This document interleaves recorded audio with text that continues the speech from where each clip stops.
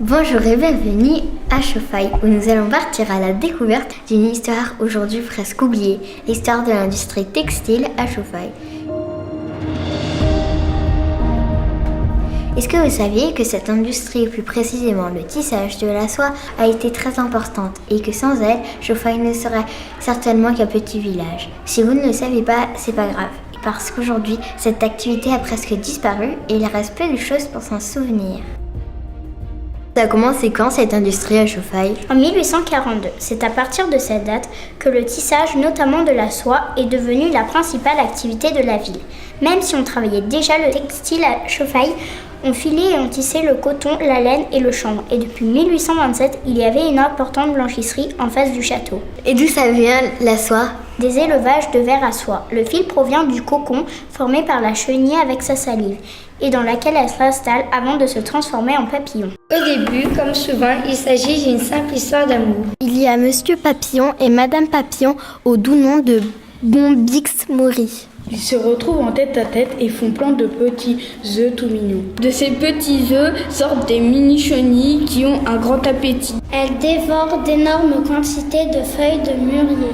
Quand les chenilles sont assez grosses, elles se fabriquent un petit cocon dans lequel elles vont se transformer. Hélas, on ne les laissera pas toutes sortir de leur cocon car il faut récupérer le précieux fil de soie. Le fil de soie est mis sur des bobines et ces bobines vont servir à tisser de magnifiques vêtements. Et c'est grâce à qui si le tissage de la soie s'est développé?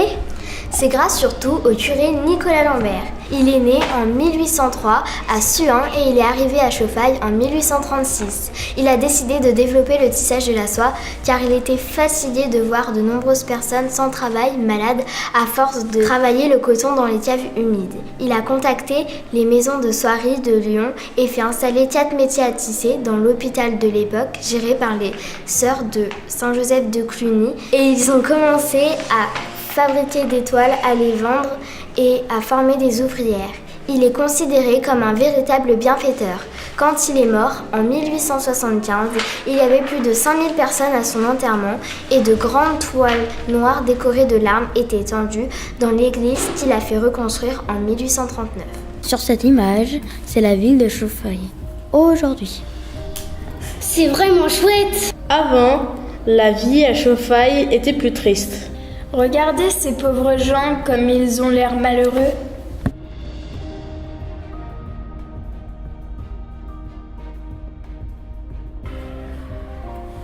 Mais regardez qui voilà. On dirait le curé Lambert. Il a amené avec lui beaucoup de métiers à tisser.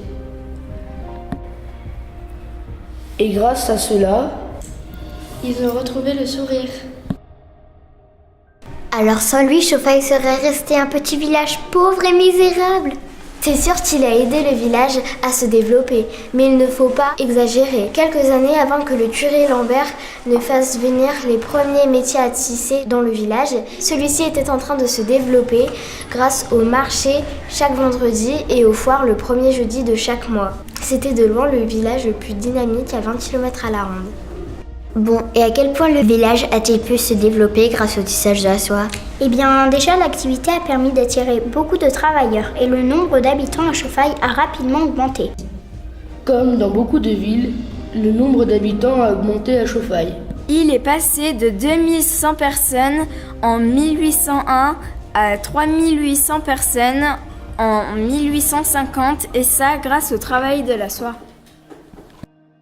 Au début du XXe siècle, un habitant sur 4 à Chauffaille travaillait dans le domaine du textile de la soie. En image, ça donne ça, c'est impressionnant.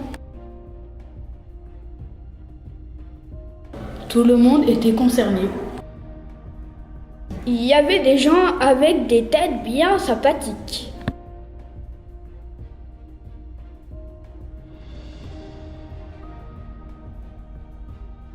Au début du XXe siècle, alors qu'il y avait un peu plus de 4000 habitants à Chauffaille, 1100 travaillaient dans le textile, un quart de la population.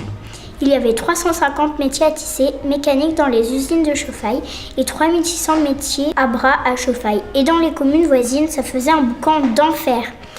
Les grandes fabriques de soieries lyonnaises comme Girogano ou Lancelot ont installé des usines à chauffaille. Et il y a même des Belges qui sont venus s'y installer après la Première Guerre mondiale. Louis Vandeval est venu dans la région pour épouser la fille d'un architecte de Saint-Igny-de-Roche. C'était sa marraine de guerre. Elle lui écrivait quand il était soldat pour lui remonter le moral. Louis s'est associé en 1921 avec Madame Dumoulin, qui était propriétaire du château de Chauffaille et de l'usine du tissage juste en face. 4 ans plus tard, son frère Georges est venu le rejoindre dans la société et dans les années 1970, ils étaient les principaux industriels du textile de Chauffaille. Et il y avait de nombreuses personnes qui travaillaient à domicile. Bon, mais qu'est-ce qu'il reste de toute cette activité et de toute cette histoire dans la ville ? Il reste une quinzaine de sites dans la ville, mais ils ont tous été détruits ou transformés. L'ancienne usine du château existe encore, notamment une partie du vieil atelier avec ses grandes fenêtres qui permettaient d'apporter la lumière à l'intérieur. On aperçoit beaucoup de toits en dents de scie dans la ville, qui étaient en partie vitrés pour apporter encore un meilleur éclairage. C'était une architecture fonctionnelle. Les ateliers, la rue de Verdun, ont malheureusement été démolis en 2013. Mais il reste la maison du directeur, l'ancien pensionnat où vivaient les jeunes ouvrières et le grand bâtiment de stockage construit vers 1930 en béton et en verre. Et bien sûr, il reste le musée du tissage où sont présentées de nombreuses machines à tisser et à filer.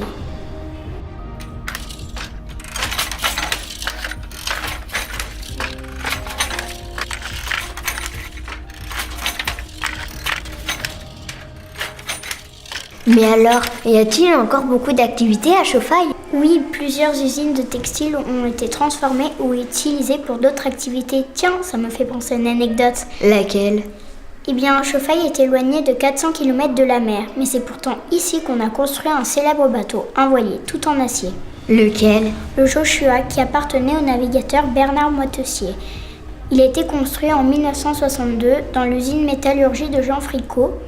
Et d'ailleurs, à cet emplacement, il y avait une usine de tissage qui appartenait à Albert Mondelin.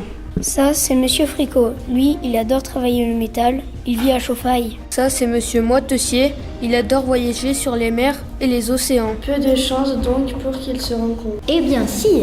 Monsieur Fricot décide de construire un bateau avec une coque tout en métal. Il le construit à Chauffaille. Il fait amener son bateau à Marseille. Monsieur Moitessier décide de naviguer sur ce bateau. Il s'appelle le Joshua. Il veut faire le tour du monde avec. Sinon, eh bien, il y a des entreprises importantes dans le secteur de la métallurgie, du transport, du bâtiment et même du tourisme.